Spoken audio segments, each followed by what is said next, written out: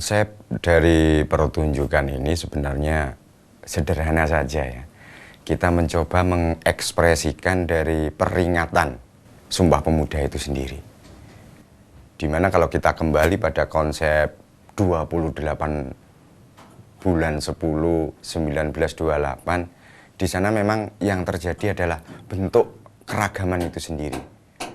Baik keragaman dari suku, bahasa, ataupun pemikiran-pemikiran, kecerdasan-kecerdasan itu juga beragam. Tapi pada saat itu, dari perbedaan yang ada, ini terjadi sebuah pengkristalan semangat. Pengkristalan pemuda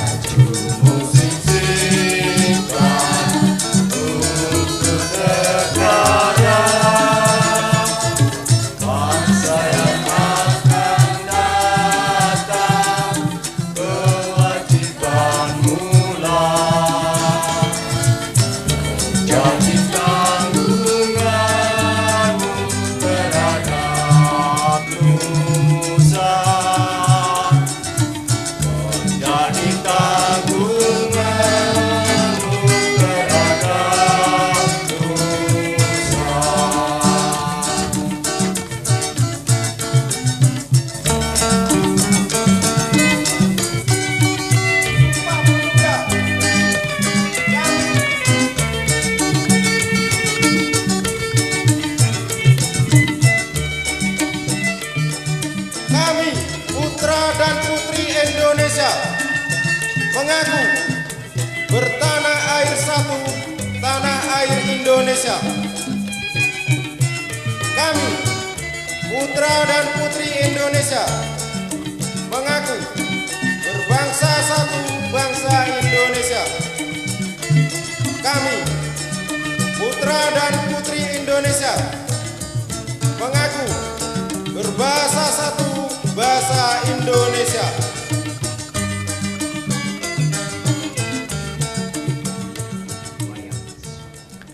Wayang. Yang dipilih memang wayang. Kalau kita mau jujur nih Mas ya, wayang itu sekarang sudah begitu jauh. Artinya ada tapi begitu jauh. Jauh dari mana? Dari teman-teman muda ini. Sebenarnya mereka yang punya tanggung jawab untuk melestarikan ini. Tapi ketika kita masuk mencoba berdialog dan mereka melihat wayang itu hanya dari bentuk pertunjukan, bukan dari sisi maknawinya.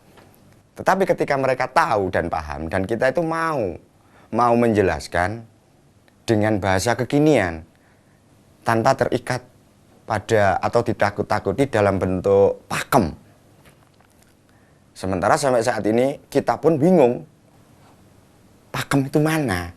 Yang dipakemkan itu apa?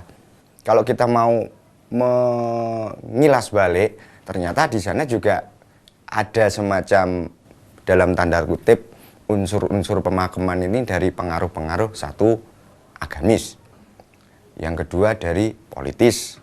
Artinya ada wayang ini yang kelasnya keraton, ada wayang ini yang kelasnya memang kalau dalam bahasa kewalian bukan untuk mengarah pada satu titik agama, tapi kalau yang saya tahu sejarahnya di sana pun penuh dengan pesan-pesan keagamaan.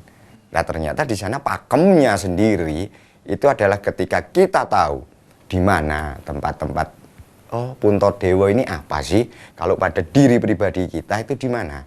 Krishna ini digambarkan hitam, titisan Wisnu. Kalau ada di hati, di pribadi kita bertempat di mana?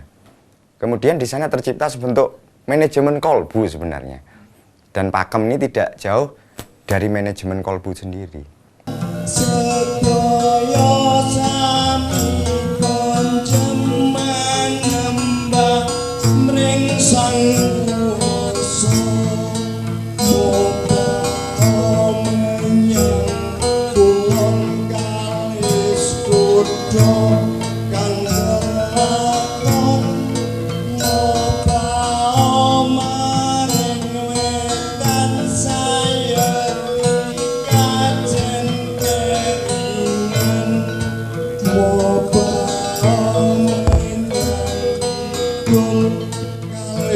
Kudo kang jumedul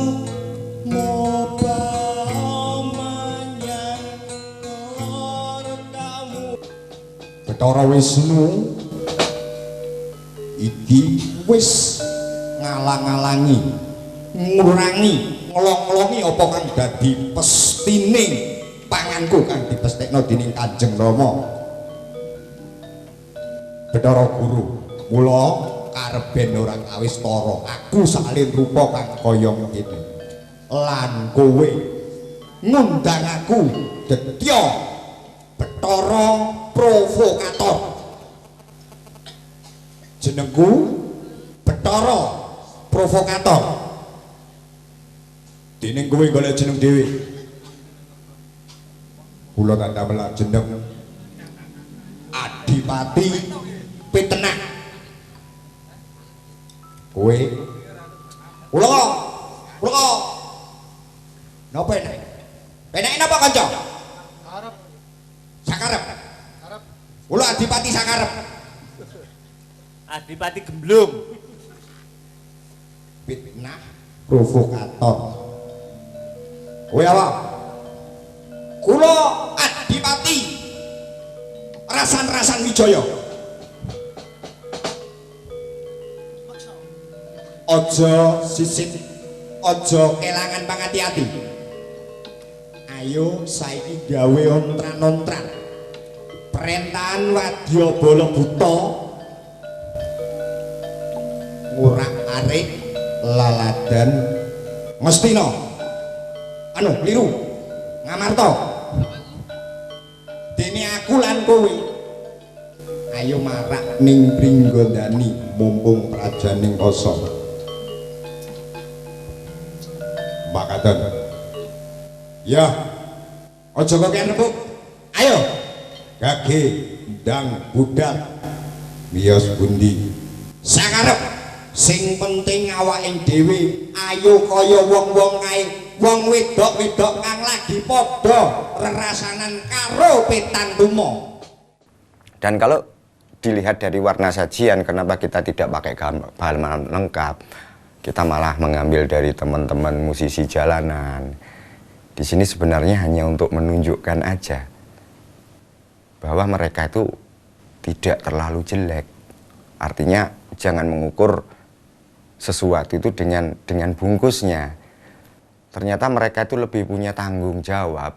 Artinya tanggung jawab ini untuk ngopeni keluarganya ini, dia lebih berpikir mencari yang halal, bukan menghalalkan segala cara.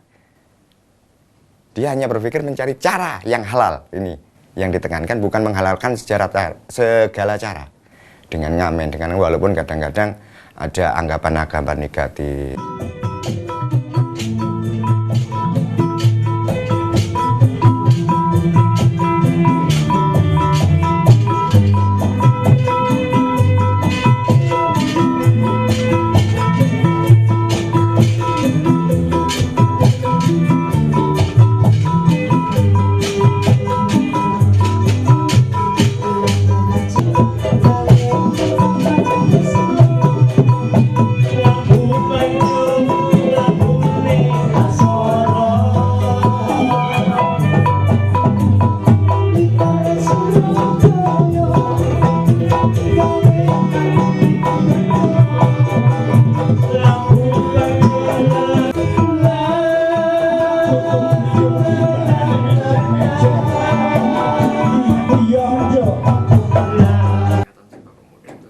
Memang kita hubungkan dengan peringatan karena memang kita sedang memperingati 28 Oktober yang kebetulan hari ini berdekatan dengan peringatan Hari Pahlawan 10 November. Kita mengambil cerita pakem atau baku ceritanya di sana dari Gatotkaca Puruhito. Artinya Gatotkaca kalau bahasa sekarang ini sekolah, meguru. Tapi waktu itu kita ngambil Gatotkaca Halokes gitu aja biar enak aja didengar oleh teman-teman muda. Tapi konsep yang di sana memang kita tekankan pada pemuda, sadar atau tidak, mau atau tidak, masa depan bangsa ini ada di pundak pemuda. Tapi di sana ada pesan yang tua-tua itu ya nuwun sewu, bukannya terus yang muda ini pamrih kepingin menduduki, tapi ya kita berikan kesempatan kepada mereka. Jangan karena punya bondo, jangan punya kekuatan baik fisik maupun pendukung golongan, kemudian dia harus rakus. Untuk artinya rakus ini dalam konteks kepenguasaannya. Kita harus sadar bahwa hidup ini adalah cokro manggilingan, hidup ini selalu berputar. Tidak mungkin kok kita itu akan terus di sana. Kalaupun punya kekuatan, tapi saya yakin nanti fisik kita juga akan cepat atau sesuai dengan usia, akan kekuatannya juga akan semakin luntur. Makanya di sana kita ambil tokoh-tokoh muda yang melibatkan Gatotkaca sendiri sebagai inti cerita. Kemudian Wisanggeni, kemudian Abimanyu, ada Antasena, Antareja. Yang kelima-limanya ini adalah simbol ekspresi perbuatan. Karena kita sendiri hidup ini punya yang dinamakan inner beauty, dan cara mengekspresikannya di mana? Itu lewat Gatotkaca sebagai simbol pembicara atau kata-kata. Ada yang lewat Wisanggeni, lewat amarah yang bijak. Ada lewat Antarejanya dengan anak yang disimbolkan kekinian, kurang tata krama dan sebagainya. Kemudian ada Antarejanya yang semangatnya bergelora, tidak bisa dibatasi seperti gelombang lautan. Tapi di sana jangan lupa ada sebentuk ikatan, yang mengikat adalah tokoh Abimanyu sendiri. Di situ adalah simbol kebijakan. Secara prinsip berhubungan dengan Sumpah Pemuda, dengan penyatuan, kita hanya di situ penyatuan secara pribadi, karena globalnya sudah terekspresi pada 28 Oktober 1928, dan sekarang ini kita ekspresikan lewat perbuatan. Karena kayaknya kita terlalu jauh ya, kalau kita itu berpikir harus menyatukan bangsa ini, harus merubah tatanan, aturan yang memang sebenarnya sudah bagus banget. Itu kita ambil untuk menata pribadi, untuk menyatukan pribadi-pribadi ini. Kemudian berpikir bijak seperti seorang Abimanyu. Kenapa harus pribadi? Karena dari pribadi-pribadi, kalau misalkan saya, jenengan, kemudian yang lain-lain, akan tercipta sebuah lingkungan yang bijak. Dari lingkungan yang bijak ini akan ketemu pemerintahan desa dulu yang bijak, kemudian kecamatan, kota, sampai dengan negara. Itu pun diawali dari pribadi-pribadi. Dan perubahan itu harus diawali dari pribadi itu sendiri. Inggih Koko Prabu, aku pamit titip negaraku, titip negaraning dhewe, apa jaring sira kabeh. Kowe aja nganti ginggang sarambut, aku tak nutupi lakuku. Aja ana sing miyak wadi iki. Kabeh apa jaring sira. Wis aku pamit. Jangka Hati-hati. Ndherekake Kakang. Tadi Bos.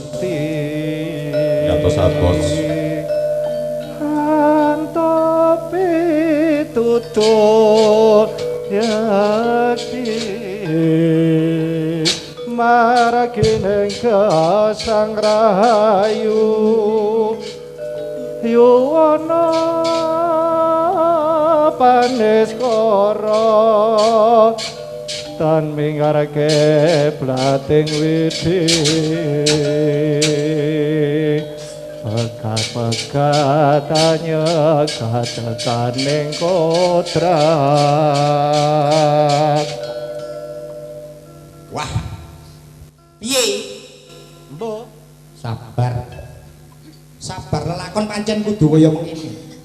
Kakang Gatotkaca guru nganti lumebu. Guru nganti ketemu karo panjenenganipun Hyang Begawan Kapiwara. Kang ana pertapan Kendari Sada. Rak tenan to panjangkaku. Jebul ana Rekadaya. Panjenengane Bibi Pertiwi. Sumpah Pemuda sendiri adalah hari besar nasional. Kita semua yakin bahwa ada peringatan-peringatan yang berskala besar.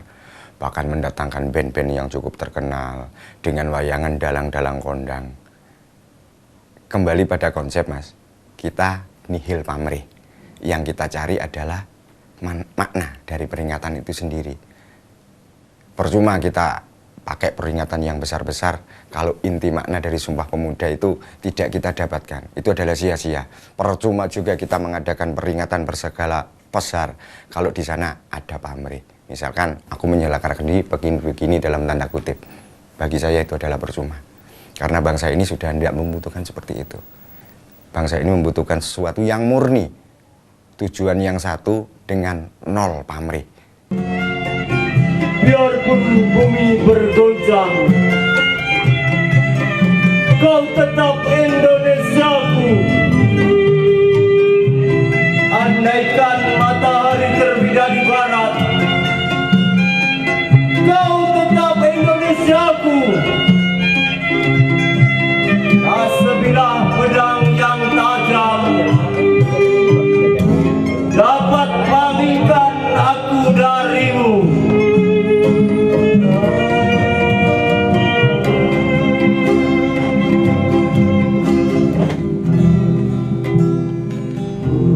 Sing-singkan lengan,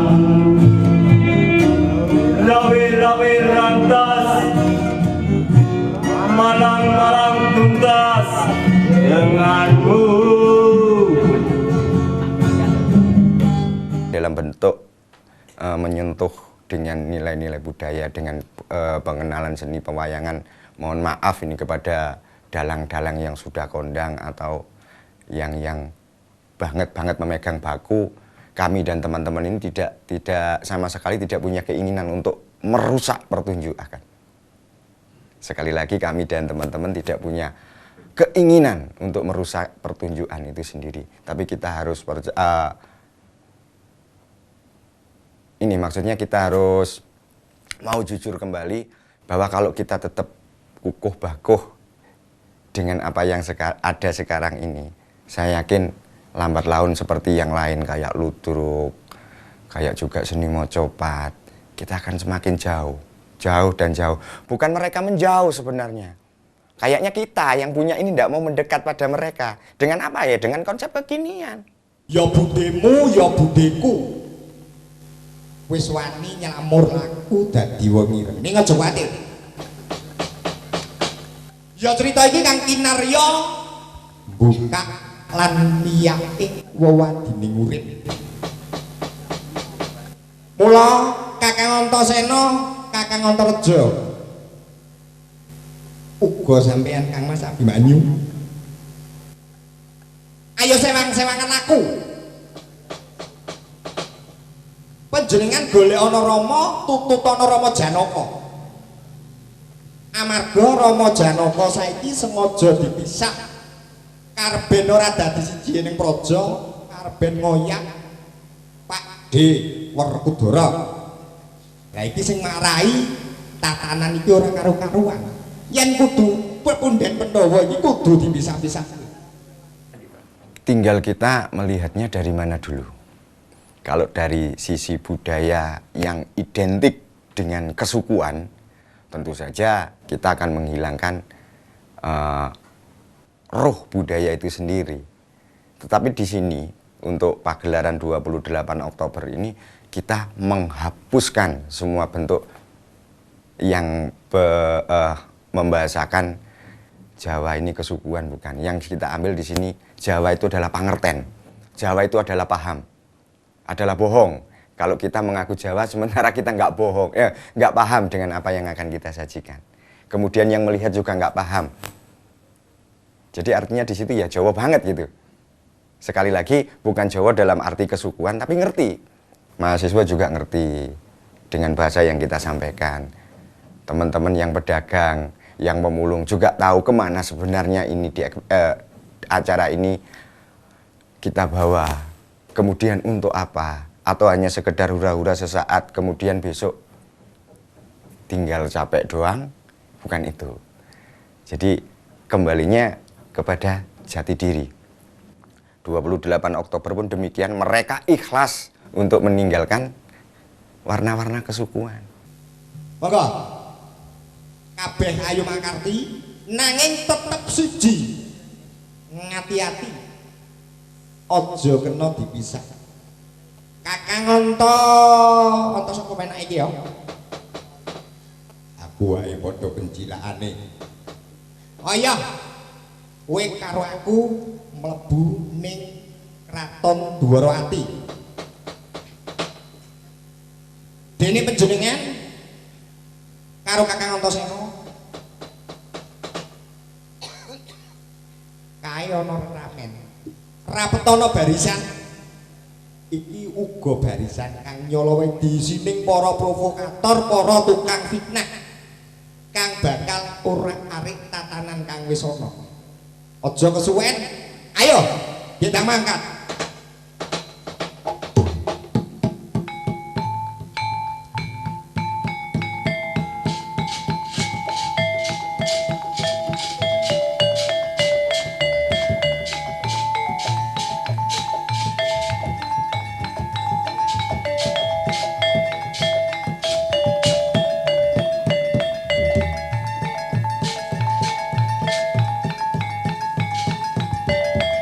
Hati-hati ya Kang Mas.